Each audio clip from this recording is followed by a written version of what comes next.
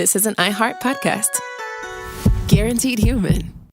Hey, everybody. The official Big Bang Theory podcast is back, covering seasons 3 and 4 of the show. Each week, host Jessica Radloff speaks with crew and cast members like Kunal Nair, Mayim Bialik, and Kevin Sussman. Hear about the Easter eggs you may have missed, behind-the-scenes stories, and how certain real-life relationships shaped some of the most memorable storylines. Watch the official Big Bang Theory podcast on HBO Max or wherever you get your podcasts. We've all tumbled down an internet rabbit hole trying to self-diagnose, and it leaves us more anxious than informed. Our feeds are full of wellness trends, but how do we know what's real, what's exaggerated, and what's just wrong? Health versus Hype from the American Medical Association breaks it all down. Emmy-nominated science communicator Trace Dominguez talks to doctors, influencers, and real people trying these trends, not to cancel them, but to understand them. Because when it comes to your health, who you listen to matters. So listen to Health versus Hype wherever you get your podcasts.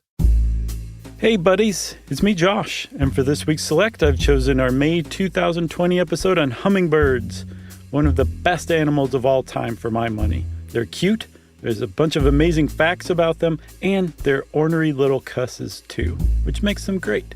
Enjoy!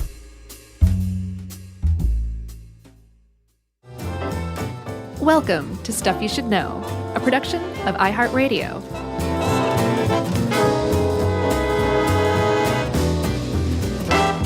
Hey, and welcome to the podcast. I'm Josh Clark, and there's Charles W. Chuck Bryant, and Jerry's flitting around here, there, darting to and fro, like a little ruby-throated Honduran emerald. And this is Stuff You Should Know. I saw Jerry. I know, I heard Jerry. I saw her with my own two eyes. How's she doing? Is her hair just completely white now? Well, I mean, we were 15 feet away from each other, so I couldn't tell. What, did you try squinting? I did. And I shaved, so she didn't even recognize me. I know, I saw that picture, man. You look great. Yeah, thanks. So nice. It's just luxurious. Well, the beard's coming back. Already, huh? From the second I shaved it, technically it started coming back. That is true. Are you one of those people who say, like, yeah, from the moment we're born, we start dying? No, God, I hate those people. I know. They're the pits. No, I'm growing it back out. It was just a little change of pace, you know. That's good. Must have felt really weird. It does still feel pretty weird at times. Well, that's good. Well, like you'll get 4 used days to it. later, yeah. Yeah. So, Chuck, I want to talk about something else that's weird besides the feeling of having just shaved off a beard after 15 million years. Which, by the way, if you want to see that picture, you can go to the Movie Crush page on Facebook and see that. Absolutely. And now continue. The weird thing I want to talk about today, Chuck, are hummingbirds. They're great. Hummingbirds, yes. So they are weird, but they're weird in all of like the most delightful ways. I love hummingbirds. Love them. And I love them even more now that I know more about them. Yeah, good eating. Yep. You just grab them out of the air, snap the wings off, and pop them. Like you think a quail doesn't produce much meat. Hummingbird. You got to have like 40 of those for dinner. At least. That might just be an appetizer. Good luck catching them though, right? They are hard to catch, but I have a story. There was a hummingbird once that got into my house, and it was freaking out. It was basically just smacking its head against the ceiling. Oh. I know, it was very sad. So I got a chair, and I just held my hand up just right by it, and it stopped freaking out and perched on my hand. I had a hummingbird perched motionlessly on my hand, and it stayed there long enough for me to stick my hand out the window, and it flew off. How many years ago was this? That was a while back. I mean, were you a child? No. Okay. No, I was a man. Okay. I must have smelled great too because the hummingbird chose to trust me. But I thought that was just one of the coolest things ever. That's pretty amazing. A guy in our neighborhood yesterday got attacked by an owl, so that's on the other end of the bird-human interaction spectrum. Yeah, an owl or the Jersey Devil? Apparently it's not uncommon.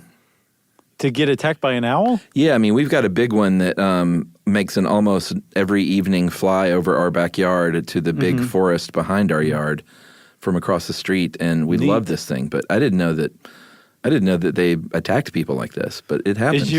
Is your neighbor a talking rabbit? I don't have a neighbor to where it goes. It's an empty house, so maybe that's why they like it. So, no, who was attacked, though? Your neighbor who was attacked? Oh, not a neighbor, but just I saw it on the neighborhood Facebook page. Some guy was attacked, like the owl came down and taloned his head. That's crazy, Isn't dude. it? Can you imagine? I'll bet that killed. I wonder if the guy was like, oh, look, because owls are huge. I wonder if he's like, man, look at that thing. Hey, he's coming at me. And then all of a sudden you've got talons in your skull. Oh, my God. All right, stop diverting attention from hummingbirds. Yeah, so hummingbirds, they are with the family. I had it earlier, and it's really not hard. Trocolidae. Trocolidae. Trocolidae. And they are related to the swifts. Yeah. And you know hummingbirds. These are the little bitty fellas. Yeah. They weigh between 2 and 20 grams. They have those long, pointy noses that they love to stick in flowers. Mm-hmm. And they have these wings that, and boy, when we get into the fascinating facts about the hummingbird and those little wings, mm-hmm. It gets pretty amazing. But one of the things I'm going to go ahead and spoil from later in this stuff you put together was that what's so remarkable about hummingbirds and how they fly is that they, usually when you see a bird fly, they flap down, and mm-hmm. that provides their lift. A mm-hmm. hummingbird's like, no way, buddy. You gotta get that thing working in both directions. Double your pleasure. Up and down. That is how a hummingbird is able to hover and go in reverse and do all those crazy things, is because it's not just flapping, it's flipping and flapping. Yeah, they're the only vertebrate animal that can hover like a helicopter. It's like the Blue Thunder of birds. Wasn't that a Roy Scheider movie? Yeah, that was a good one. I think I wasn't allowed to watch that because there's some sexy stuff in there. There is. The Blue Thunder peeks in some windows, if you know what I mean. Yeah, and it came out at a time when I would watch movies with my mom, and she was like, you need to leave the room. Yeah, I don't think I was allowed to watch it at first either, but I think I might have snuck it. Oh, I see what you mean. So one of the things that makes hummingbirds so well known, aside from their incredible agility and being the only vertebrate that can hover in midair, is just the look of them. Yeah. Because if you've ever looked at a hummingbird from afar, you're like, oh, that thing's okay. It's just a kind of a normal looking bird. And then it just moves and catches the sunlight just right. Yeah. And all of a sudden, this splash of metallic jewel-like color just crosses its throat and chest, and you say, the hummingbird is truly great. Yeah, it's amazing. It's sort of like the butterfly mm-hmm. wings, in that if you catch it at the right angle, you get that metallic sort of shiny color, and it's sort of for the same reason. Yeah. Those gorgets, which is that reflective stuff on the upper chest of the hummingbird and like the throat area. Mm-hmm. It's not actual pigment. It is the structure, the physical structure of those feathers. It's little air bubbles mm-hmm. inside there that reflect that light. Right, yeah, and I'm pretty sure we did an episode on butterfly wings. Yeah, iridescence. Yeah, and I'm pretty sure it is the exact same thing in butterfly wings as in that gorget, that clutch of feathers in the hummingbird. Pretty cool. Yeah, so it not only reflects it, but it also like bulks it up too. Pretty neat stuff. So, man, sorry. I guess I'm kind of phlegmy today. I don't know why, but my apologies for being phlegmy. That's all right. So, one thing I didn't realize about hummingbirds is there's 338 species that we know of, and all of them are found in the Americas. Did you know that? I don't think I did. But they're found like all throughout the Americas, from Chile all the way up to southern Alaska and Canada. They've got a pretty wide range. But the thing is, the things are so small, so tiny, and so unable to maintain a decent body temperature that they basically follow the summer when they migrate. Yeah, and they all diverged from a single common ancestor about 22 million years ago. Mm-hmm. And the cool thing is that they keep changing, and their rate of speciation is really pretty incredible. It's supposedly going to outpace their rate of extinction, and we're going to see, well, we won't see it because we'll be dead in the next 40 years. Oh, God. But human beings, if we're still around, that is, are going to see the number of species of hummingbird double to what we have today, but it's going to be a few million years. So don't expect that anytime soon. Yeah, but it is pretty cool just to think that, they're still in the midst of their evolutionary history and like right in the middle of it, Yeah, totally. I like that about them. So, being that multi-varied species all the way from Patagonia up to Alaska, they have learned to adapt to a bunch of different niches and habitats, right? So you can find hummingbird species in like sub-sea level deserts. You can find them up in the Andes. There's actually a lot of different species that live in the Andes Mountains. You can find the bulk of them in tropical forests around the tropics of the New World. And they've adapted like really well to their different environments. Some migrate, some don't. But all of them are very tiny. Yeah, they're cute little things. As if you look up a picture of the bee hummingbird, just prepare for one of the cutest little. I mean, it looks fake. Yeah, it does. It doesn't look like a bird could actually be that small without becoming an insect. Right, it's going to just collapse into insect form at any moment. But look it up online. The little bee hummingbird from Cuba weighs about 1.95 grams. We don't get those here in Georgia. The only kind, and I think, how many species are there in the United States? About 17 or 18? Yeah, that's what I saw. But only that ruby-throated is the one that we're going to get here on the East Coast. Yeah, and just to go, like, to double that up, man, 1.95 grams, somebody did the math, and you could mail 14 of those things with one postage stamp in the United States. Just smash them down flat. There's not a single species of hummingbird that breaks an ounce in weight, which is to say that the largest hummingbird species there is, the giant hummingbird, which is kind of a contradiction in terms, it's still smaller than an Atlantic canary. Wow. The giant hummingbird is still canary size. So this is a very tiny group of birds. Well, and this is the stat that gets me. This is the one I texted Emily because we love our hummingbirds like all normal humans. Sure. The eggs of the ruby-throated hummingbird that we have here in Georgia are the size of a pea. Can you believe that? Did you look up their nests, pictures of their nests? Oh, yeah. They're gorgeous. It looks like something you'd buy on Etsy. Yeah. They look kind of like made of felt because hummingbirds use spider silk. They take old spider webs and use them as thread to weave like their nests along with plant fibers and leaves and twigs to give it kind of this spongy, velvety, super cush feel for their little babies. Velvety mouthfeel. Exactly.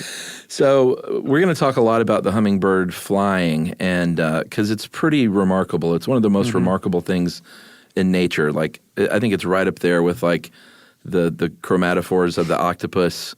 And I was about to spoil our live show, but maybe I should. Are we ever going to be on stage again? I don't know, but let's just hold on to it just in case. All right, we're going to keep that in our back pocket. Yeah. But the wings, the wing muscles of a hummingbird account to about 25 to 30% of its total body weight. Yeah. So this thing is all like it never has legs day at the gym. It's always doing upper body.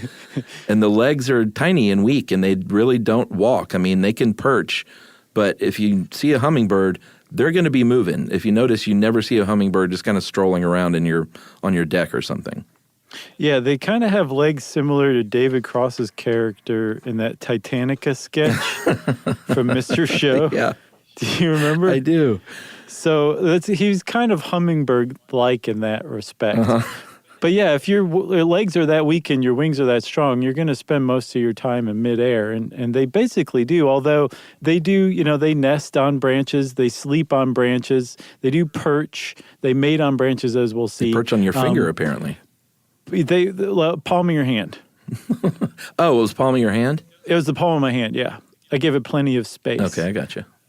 And then they also sometimes will sleep upside down, just kind of dangling from a twig or something with their spindly little legs, like a bat. Oh, wow. Yeah. So the just some amazing stats about their ability to fly. Like we said, they're the only vertebrate that can hover in place. They can also fly upside down, backward. They're real show-offs. They really are big-time show-offs. They can get up to speeds of more than 45 miles per hour. God knows how many kilometers per hour that is. That's a lot. On some of their dives. But even like an average speed for them of just flying around, where they're not just, going from flower to flower, but they're like, say, traveling from place to place is, 30 plus miles an hour. That's pretty impressive. No, it's super impressive. And if you think, man, A, how fast are those little wings going? And B, what is their little cardiovascular system doing? It's doing exactly what you think it is. Their heart beats about 225 times per minute when it's hanging out and doing nothing. Right. About 1,200 times a minute when it's flying. And those wings range from 70 up and down strokes per second. Or I wonder if that counts as 1 or 2. I was wondering that myself, and I'm not sure that is answered. At the very least, we're not going to answer it because we don't have that answer. Well, how about it doesn't matter? Because either way, it's a ton. It's 70 times per second when they're just flying normally around to get some good sweet stuff. But that courtship dive, which we're going to talk about a little later that you mentioned, about 200 times per second those wings are flapping. Yeah, and I actually, now that you say it, if they're kind of doubling up what a flap is, then maybe hummingbirds aren't so impressive after all. Lazies. So, Chuck, when you're flapping your wings 100 or 200 times per second, depending on whether you're counting the upbeats and the downbeats as a single flap or not, you need like a lot of energy to do that. And as a result, the hummingbird typically eats about 2 to 3 times its own weight in food every day. Yeah, like if that was a human, you would, let me see here. It's the equivalent of about 285 pounds of hamburger. Is that and 370 pounds of potatoes? No, I think each of these. Okay, so take your pick. If you want to eat just hamburger, it would be 285 pounds a day. That's a whole cow. That's, I think a little bit. I think cows weigh more than that, but. Right. Well, but as far as usable beef, I don't know. There you go. I'm sorry for any vegetarians out there by me saying usable beef. That's a band Just name. made you retch in your mouth. Maybe it's an album name now that I think about Usable beef? Mm-hmm. By the band what? Jungle X-Ray. So, they eat a lot because they need to. And it's like 4th of July for them every day. Yeah. Yeah, pretty much. 2 to 3 times their own weight in food. Yeah, and this is, we're talking about just on normal days. Can we talk a little bit about the migration and what their need to beef up then? I think we should. So they migrate like we talked about. They're not exactly sure what triggers that. They think maybe they see the change in daylight like some other animals and birds do, or maybe just the fact that flowers, what the flowers are doing. But I think that's the big one, because they can't go for more than a few hours without food, so they need to go where the plants are flowering, and I think they just kind of follow that. And I guess they're always connected to those subtle changes in the flowering. Exactly. So during this migration, their heart beats about 1,260 times a minute, and they have to gain, because they're trekking, sometimes they're flying over the Gulf of Mexico in one shot over the course of a few days. Yeah. So they need to bulk up big time. They gain about 25 to 40% of their body weight before they start this migration. And if we're going to do the human equivalent again for this, if you were a person that weighed 170 pounds, that means you'd have to gain up to about 255 in a few weeks' time. Right. It's like Christian Bale-esque. I know, in just a few weeks, man. That's crazy. So one of the things that's so impressive about the hummingbird is just how far it can fly in a day, especially for how small it is, They average something like 23 miles a day when they're migrating. But the ruby-throated hummingbird, it's the only one that you'll find east of the Mississippi. So if you see a hummingbird and you're east of the Mississippi, you can be like a ornithologist for once in your life and be like, that's a ruby-throated hummingbird. They actually can travel for extraordinarily long stretches, and they do because their wintering grounds are in the Yucatan, but they hang out in Florida during the other part of the year, I guess during the summer. And so they travel over the Gulf of Mexico, they think. And when they do that, they do it in like a straight 500-mile stretch within 18 to 22 hours without stopping. That's incredibly impressive. It really is. But then there was a study in 2016 that found they could go even further, right? Yeah, they said, physiologically, in theory, they could fly close to 1,400 miles without stopping if they needed to. That's crazy. That'd be like flying from Atlanta to Albuquerque. That's nuts. If you want a reference, that means nothing to nobody. So if you're wondering when they rest, when they finally get down to that sweet soil in Mexico, they can enter torpor, which we've talked about before. It is sort of hibernation light, really deep sleep-like state. Their metabolic functions are really slowed. I think they can drop their body temperature by 30 to 40 degrees Fahrenheit. They lower that heart rate from about 1,200 beats per minute to as few as 50. And they do this after they migrate, but they can do this anytime they need to, and they do. Yeah, they do. And also, I think it depends on where they live because hummingbirds, like I said, a lot of them live in the Andes, like high up on the mountainside. And even in the summer, it can get kind of cool there. So when the temperature cools enough that it makes no sense for them to keep up their metabolic rate to try to meet their 105 degree Fahrenheit body temperature, they'll enter torpor, and that's just what they do for sleep. And one of the other things, though, I wanted to point out about them living in the Andes, Chuck, this is all really just a segue for this amazing fact. They live in the Andes despite the fact, and there are some species that are native to the Andes, not just like migrating through, that's where they live is the Andes, despite the fact that they have these high metabolic rates and they need more oxygen. Well, there's just inherently less oxygen in the air up in the mountains. And it's harder to hover because the air is thinner, and yet they are so successful there in the Andes that up above a certain line, there's no insects. And so it's up to the hummingbirds exclusively to pollinate all the flowering plants up there. Yeah, I mean, I think that's probably why. Like, they have the market cornered up there. Sure. So they're like, all right, well, let's adapt so we can kind of own this area. And not only that, I don't think we mentioned that sometimes if you're a small enough hummingbird and there's a big enough insect, the insect is can win that battle. In hummingbird world, the insect eats you. All right, Branson, Missouri. Let's take a break. Eh? Okay. I figured that was going to trigger a break. All right, we'll come back right now to talk more about hummingbirds.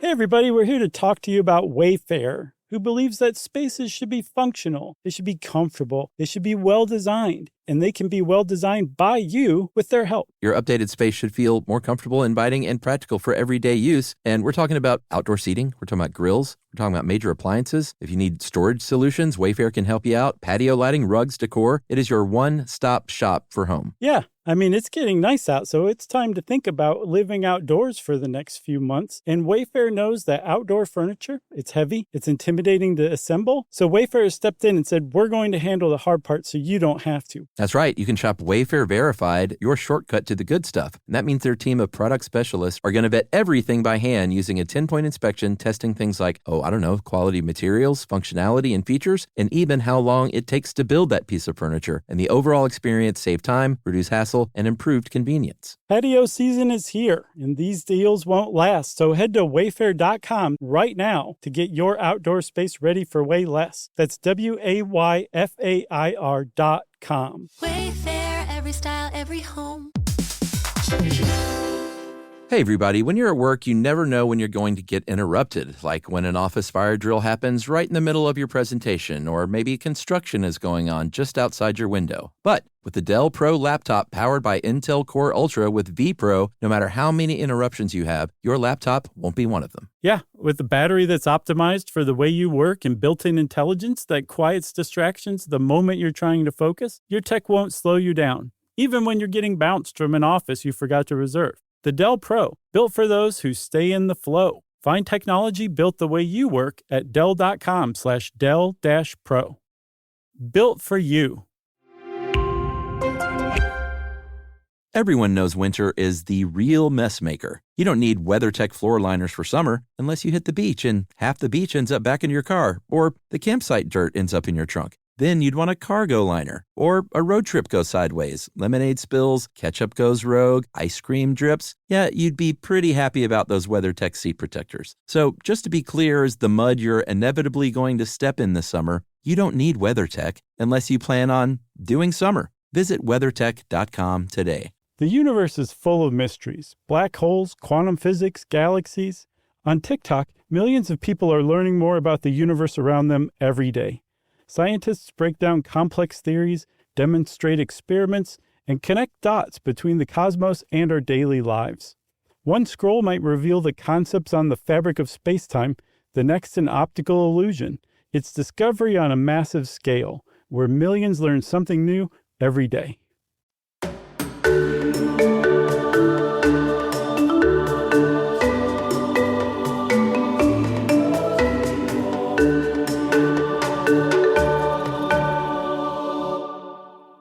Okay, Chuck, so we're talking more about hummingbirds. One of the things that I really feel like we just need to underscore here is that they are metabolic wonders.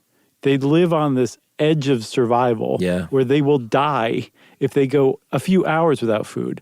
Like, do you know how many days you, a human being, can go without food before you die, as long as you have water and maybe access to a couple vitamins or whatever? I think we did a podcast on that at some point. I'm pretty sure we did. Yeah, Angus Barber or Barbier, I can't remember. They die within hours, so they constantly have to search for food sources. Yeah, that's why you see them flitting about constantly. They're always looking for food. Mm-hmm. But it's also one of the reasons why they're known as potentially the most unsociable and most territorial bird in existence. Yeah, they don't like hanging out with each other. There are some exceptions that we're going to talk about. But they generally don't like hang out together. They don't like hanging out with other birds. Mm-hmm. At the end of the day, when everyone's just sing-songing by the shoreline, hummingbirds are like, no, screw you guys. I got to eat. Yeah. And not only do I have to eat, I got to make little hummingbird pea eggs. Mm-hmm. And we talked about this courtship dive. We kind of teased it out. This is pretty incredible. And this is, a lot of times in mating rituals, you'll see the males doing these kind of big fancy shows to try do card tricks. Yeah, try and dogs playing poker. That was all about. That's right. That photographer was a female dog.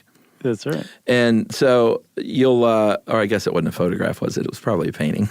Now that I think about it. In Stuff You Should Know world, it was a photograph. But it was a tintype, so it was very old. That's right. So it was funny. I was telling my daughter today about my bed. She always loves hearing stories about me and my brother as a kid. Mm-hmm. And I was telling her about my teenage bedroom, and I was like, I'll show you a picture one day. I've got pictures. And she said, you had a phone when you were little? And I was like, oh, boy, that's what it's like these days. She is so precious. And I had to explain that, this phone, camera and a phone is kind of a new thing. Like, they used to be two different pieces of equipment. Yes, they were two very bulky different pieces of equipment. And a phone used to be attached to your wall in your kitchen. Oh, yeah, that's true. But if you were, super wealthy, you had one of those really, really long cords. You're going to say that because that's exactly the deal. Yeah. So the courtship dive is when the male is trying to attract the female for a little lovin'. Mm-hmm. That will fly up in the air really high, about 50 or 60 feet, and then dive bomb toward the female as fast as it can go. And they are flying the whole way. They're not just – they don't tuck the wings back like you're parachuting or something. No. Like they're flying as fast as they can, right at this lady's face. and within inches of her head, going full tilt, they just pull up real quick, and they hit her in the arm twice and say, 2 for flinching. They put on the brakes and she flies right by. But that's what they do. It's crazy. They fly right at their face and then stop. If the female gets a little turned on, she might flit about in the air with them, and then that's where people might think, oh, look at those 2 hummingbirds are up in the air having sex. Not true. No, and maybe your mom would tell you that you need to leave the room because hummingbirds are doing it midair, but that's not what they're doing. They actually copulate perched on a branch. Okay. How not do they do in that? midair. Man, the female lands on the branch. Sometimes, she, like you said, she'll join them in the air. Other times, she'll just be like, "Come on down here, you win. Let's go." Mm-hmm. And the male mounts her from behind on the branch. And just like with everything else, the hummingbirds are super quick at sex too. Apparently, it takes about 4 seconds, and then that's it. Like wham bam. Thank you, ma'am. Yep, and the male flies away. He doesn't hang around and see if it took. He goes on to have sex with another female. Mm-hmm. And the lady goes like, what is this, a fern bar? Who are you, Jack Tripper? And so she goes off and builds a nest and does all the parenting. Like I said, they don't mate for life. They don't even stick around after they mate at all. It's just they're in, they're out, they're gone.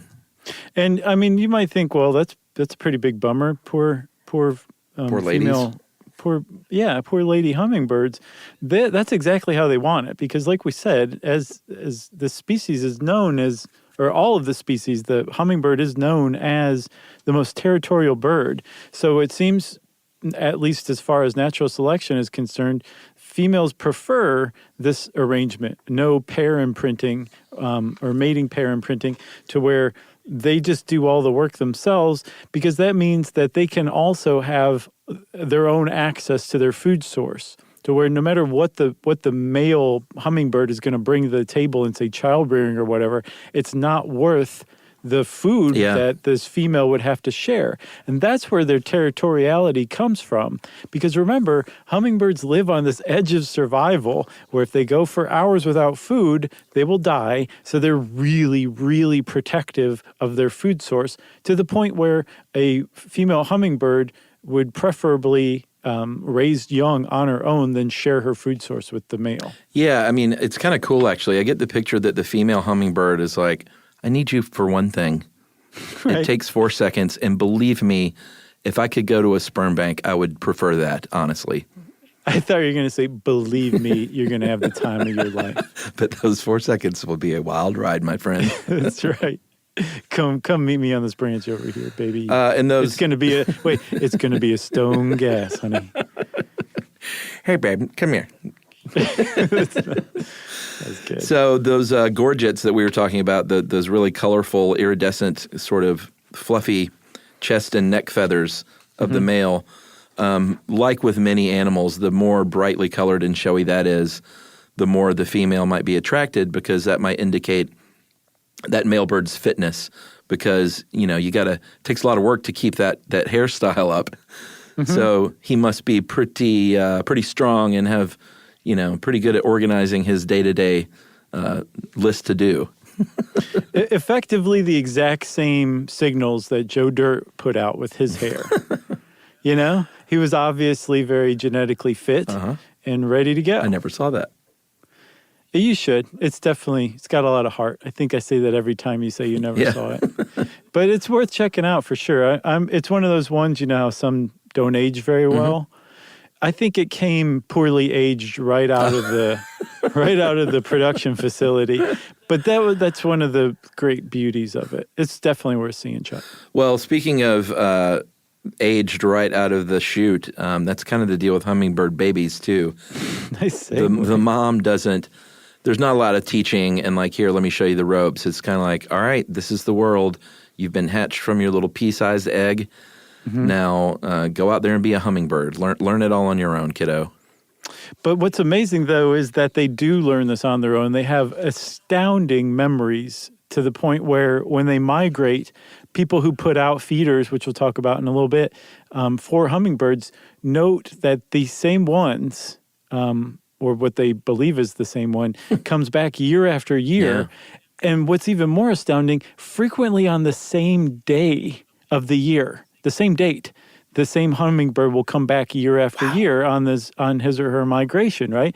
And that they just understand this, they know this. And part of it, yes, is following flowers and the blooming patterns of flowers, but they also think they might have some sort of magnetic compass built in, that possibly part of their pineal gland, which is light sensitive, is used, manages to use the sun as a compass, and that they have astounding memories somehow, some way, because apparently their brain is about the size of a grain of rice in most cases. Yeah, and the other thing they'll do too is if they have, speaking of coming back to the buffet, if they have a patch of flowers, let's say, on your property that they just love, they'll be like, all right, this is mine. I'm just going to go ahead and claim this.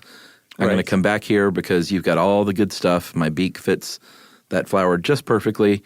And we'll talk here in a minute more about what they eat and why. But they will fiercely protect that little patch of flowers that they love so much and go back to it time and time again.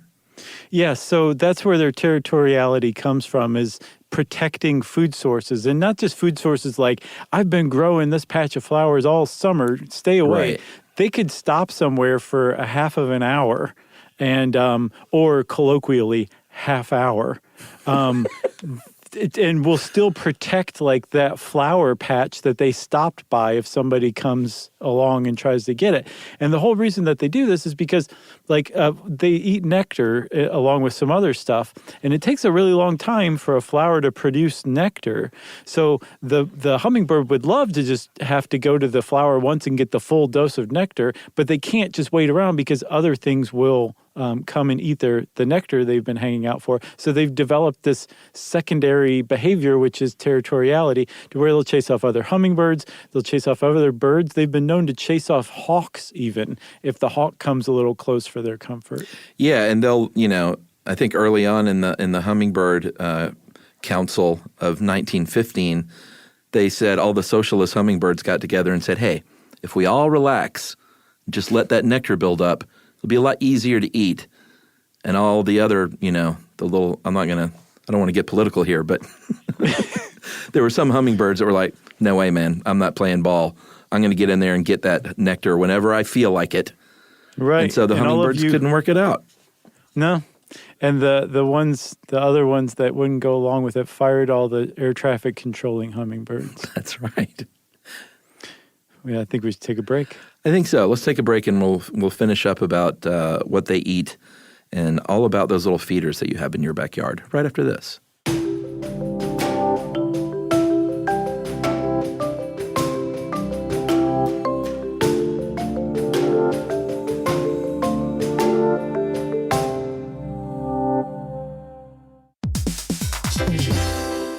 Hey everybody, when you're at work, you never know when you're going to get interrupted, like when an office fire drill happens right in the middle of your presentation, or maybe construction is going on just outside your window. But with the Dell Pro laptop powered by Intel Core Ultra with vPro, no matter how many interruptions you have, your laptop won't be one of them. Yeah, with a battery that's optimized for the way you work and built-in intelligence that quiets distractions the moment you're trying to focus, your tech won't slow you down, even when you're getting bounced from an office you forgot to reserve. The Dell Pro, built for those who stay in the flow. Find technology built the way you work at Dell.com/Dell-Pro. Built for you. Everyone knows winter is the real mess maker. You don't need WeatherTech floor liners for summer unless you hit the beach and half the beach ends up back in your car, or the campsite dirt ends up in your trunk. Then you'd want a cargo liner, or a road trip goes sideways, lemonade spills, ketchup goes rogue, ice cream drips. Yeah, you'd be pretty happy about those WeatherTech seat protectors. So just to be clear, as the mud you're inevitably going to step in this summer, you don't need WeatherTech unless you plan on doing summer. Visit WeatherTech.com today. Our listeners love puzzles, paradoxes, and hidden patterns almost as much as we do. On TikTok, those fascinations come to life. People are breaking down physics, exploring geology, and explaining why the world works the way it does. You'll see impressive experiments explanations that finally make sense, and connections you didn't expect. It's like having a lab, a lecture hall, and science museum in your pocket. TikTok is where wonder is shared, where curiosity turns into discovery, and where millions learn something new every day. All cat parents understand the feeling of being ignored by your cat and often asking yourself, does my cat even love me? And there is only one solution to solve that, Sheba. Feed your cat Sheba and go from feeling ignored to truly adored in 12 days guaranteed or your money back. Sheba has a menu of products, appetizers, entrees, treats, and even a kittens menu. So Sheba has a product for even the pickiest eater, like the Sheba Puree, which is made with bone broth. It's a protein-rich, lickable treat with chef-inspired flavors. It has a smooth and creamy texture that cats love. Plus, it supports a strong bond between pet parents and their cats with a hand-fed cat treat. It also contains no corn, wheat, soy, or artificial flavors. So instead of feeling ignored, you're suddenly the center of their world. It's basically a fast pass to favorite human status. Next time you're wondering if your cat loves you, grab Sheba Puree or explore their entire range of textures and flavors at your local retailer. To learn more, check out Sheba.com.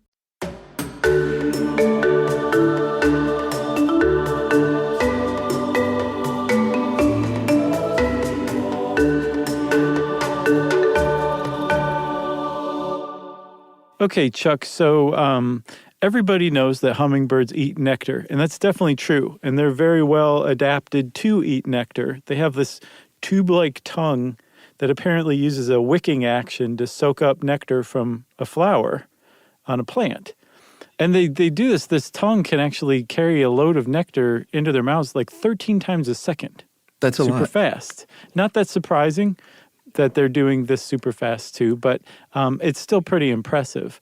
But it's not just nectar. It's not the only thing that they eat. And actually, people found out the hard way that they didn't just eat nectar, because captured hummingbirds who were studied in captivity died pretty quickly when all they were given was like a sugar water solution or even a nectar solution. And so they came to realize that they actually eat a lot of insects too. And that's one of the great things about hummingbirds. In addition to being pollinators, they're also really big at insect controls. And one of the insects that they eat are blood-sucking mosquitoes. Yeah, mosquitoes, little spiders. And this is in addition to, I don't think we mentioned, the 1,000 to 2,000 flower blossoms that they will go poke every single day. Mm-hmm. So that's why, I mean, when we talk about these hummingbirds are food scavengers, up to 2,000 flowers a day, that's pretty intense. It really is. So that makes them very, very important pollinators. Like we said in the Andes, where, you know, you're above the insect line, it's just up to the hummingbirds to pollinate flowers. So when they're going from flower to flower, getting that nectar, if you pretend that evolution is a living, breathing thing, evolution has created this arrangement where the flower produces a nectar treat in exchange or to attract the little hummingbird. And then when the hummingbird's getting its little nectar treat, the flower just kind of goes, here's a little pollen on your forehead. Go find another flower that looks like me and you'll find another nectar treat, and then transfer this pollen while you do. So they pollinate a lot of important stuff, and in addition to eating lots of bugs. So they're just all around great animals. Yeah, and they love that nectar. If you're thinking about flowers in your own garden, if you want to attract some hummingbirds, they want a sugar content of about 26%. Mm-hmm. It can't be like a Wendy's Frosty, because they're using that tongue. It acts sort of like a straw. Right. So you got to get that spoon with the Frosty. You can't suck that thing up. If you try, you're going to pass out in your car while you're driving. Your eyes will cross and so that sugar concentrate, it can't be too sticky, because, like I said, they're sucking that thing up. Oftentimes, you'll see red or orange petals or bracts. Mm-hmm. They're often long and tubular, because that long tongue and beak can get in there when others can't. So that kind of gives them the market cornered on that particular flower. It keeps out posers. It does. And this is the cool thing. Those flowers that you see that sort of trumpet downward, you know, unless you can hover, you're out of luck there. So they love these things because they can hover. Yep. So there's a lot of plants that have flowers that kind of fit this bill. And most hummingbirds aren't really... fit the bill? Man, that was an unintentional one. I guess fit the beak. They don't have bills. Like a duck's bill, and ducks are birds, right? Sure. Right. Are they? But they're not super specialized. They'll eat just about anything that they can get nectar out of. But there are definitely kinds of flowers that are have kind of co-evolved with hummingbirds to kind of give them what they're looking for more easily. But one of the problems with human development, as with all things, is we kind of have supplanted a lot of those kinds of flowers. The good news is, if you have heard all this and you're like, I want to encourage hummingbirds to keep living, you can plant these flowers pretty easy. Yeah, I sent this list to Emily actually because our garden is very much built for use. For use in Emily's budding interest in herbalism and use for the insects that we know and the birds that we know inhabit our area. Right. So it's not just like, oh, that's pretty. Like, we want it to be a real thing that works for our local environment. I can't remember who said it, but there's a famous quote that nothing useless can ever truly be beautiful. Oh, interesting. And I have found that is one of the truest things ever said. Nothing useless can ever truly be beautiful. I think that broke my brain. What does that mean? It just means that usefulness, like the ability for something to have a purpose is an important part of its existence. Oh, okay. And so just beauty alone doesn't justify the existence. Oh, okay. Of That's what I thought it was saying, but yeah. Something felt like a double negative in there that kind of broke my brain a little bit. You overthought it. I did overthink it. So, bee balm, the old trumpet creeper, which was Miles Davis's nickname for a little while. When he was drilling holes in bathroom wall. The cardinal flower, the columbine, and the coral honeysuckle are all very hummingbird-friendly flowers and plants that you can put in your yard. And I sent that to Emily, and I think we have a couple of these. We used to have columbine and dope. She's going to bring that back, and we're going to see if we can get some more hummingbird action in our backyard. That's awesome. Some hot, sticky hummingbird action. 4 seconds of pleasure. So you can also just go get yourself a hummingbird feeder. Yeah. And a lot of people put red food dye in there, and that is actually a controversial move.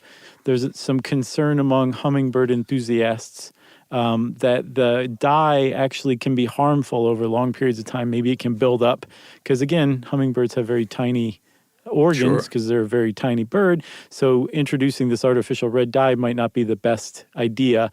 Other people say that's totally unsubstantiated. There's never been any proof that it actually harms hummingbirds. And then the other people say back, it's totally unnecessary. The bird's going to find the sugar water either way. So why add the red dye just in case it is harmful if it's just unnecessary? So most hummingbird enthusiasts say, don't put red dye in your hummingbird sugar water. Yes, and that solution mixture is important. You can't don't just dump a bunch of syrup and water together or a bunch of sugar cane or whatever. It is 4 parts water to 1 part sugar because they need a specific sugar content of about 26%, and that 4 to 1 makes about 25%, if my math is correct. It does. It's close enough. Close enough. So one of the other ways you can help hummingbirds too is in the most delicious way by choosing coffee that is grown in a situation that allows hummingbirds to thrive. Yeah, I didn't know about this. This is really cool. There is certified bird-friendly coffee because we were talking about the Andes and the fact that the birds travel great distances and elevations up and down these mountains. And coffee is grown about halfway up these tropical mountains. And they have a lot of great, flowers under the shady canopy there. And it's a really nice home for hummingbirds there. And if you drink bird-friendly coffee, that means that they have these flowers and they're making sure they take care of these flowers. Right. And it's grown in a kind of like a simulated forest, as closely simulated as possible. So you want to look for something that says it's bird-friendly, Rainforest Alliance, and or shade grown. And that probably means that hummingbirds are thriving on those coffee plantations. Yeah. And I went and looked, and my beloved Batdorf and Bronson coffees are all bird-friendly. Of course they and are. shade-grown. Is that what you use? I was oh, yeah. Yeah, same here. I'm crazy for that stuff. I've got a great blend for you. Trader Joe's decaf beans, half. Okay. And the other half, Batdorf and Bronson Whirling Dervish. It's the most amazing combination ever. I'll have to give that a shot. I'm not drinking coffee now because of it's not winter. But Emily still has her latte every morning, and she just has their espresso beans. Coffee is a 365-day-a-year activity, Chuck. I know, not for me, but I get it. That's okay. I'm not going to yum your yuck. Very well done. So that's it for hummingbirds, right? That's it. Well, if you want to know more about hummingbirds, get one to land in your hand and study it up close and personal. But don't mess with it because it's protected under the Migratory Bird Treaty Act of 1918 in the United States, and you could land in jail and pay up to a $200,000 fine for harming one. Good. And since I said $200,000 fine, everybody, that means, of course, it's time for listener mail. I'm going to talk about the exploding birthmark. Hey guys, big fan of the show, which I listen to while I'm cooking breakfast, doing laundry, and staring, oh boy, get this, and staring at 100,000 row Excel spreadsheets for work. Oh man. My soul just shuddered. I know. I recently listened to the episode on birthmarks and thought you might like to hear the story of my birthmark that exploded. I was born with 2 birthmarks, both of which have since been removed. One of those birthmarks was dark brownish, red, and a circle on the inside of my right thigh. I didn't think much of it, as it wasn't very visible, and like you said on the show, lots of people have birthmarks. However, when I was in the 3rd grade, my family and I were about to leave for my aunt's house to celebrate Thanksgiving when I realized my pants kept sticking to my leg. Oh, man. I went to the bathroom and removed my pants, and I saw blood running down my leg. As a 3rd grader who had not yet even learned about menstruation, I assumed I was dying, so I freaked out. Turns out my birthmark was the result of a vascular malformation the size of a small bouncy ball in my inner thigh. Oh, my gosh. The tangled up ball of veins had ruptured that Thanksgiving morning, and I had to go to the ER where they stuck a tiny piece of foam on my leg and probably charged us about $2,000 because hospitals. Right.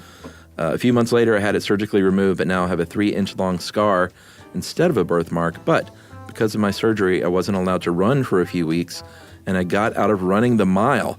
So who's the winner now? Lucky.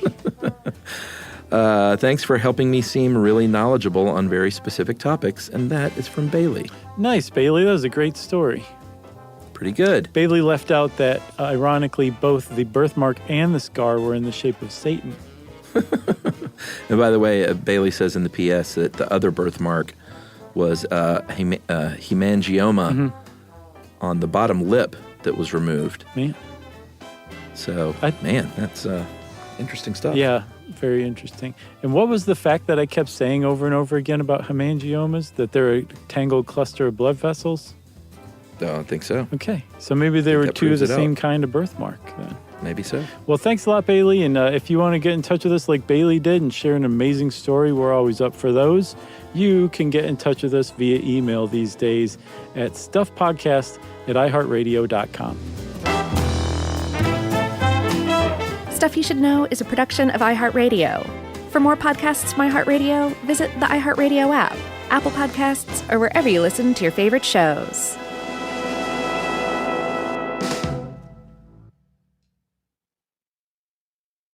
Introducing the all-new Mazda CX-5, featuring more connection, Hey Google, where's the nearest Pilates class? safety that has your back, more discovery on the scenic routes, more passion in the details, and more control in changing weather. The all-new Mazda CX-5, more to move every side of you.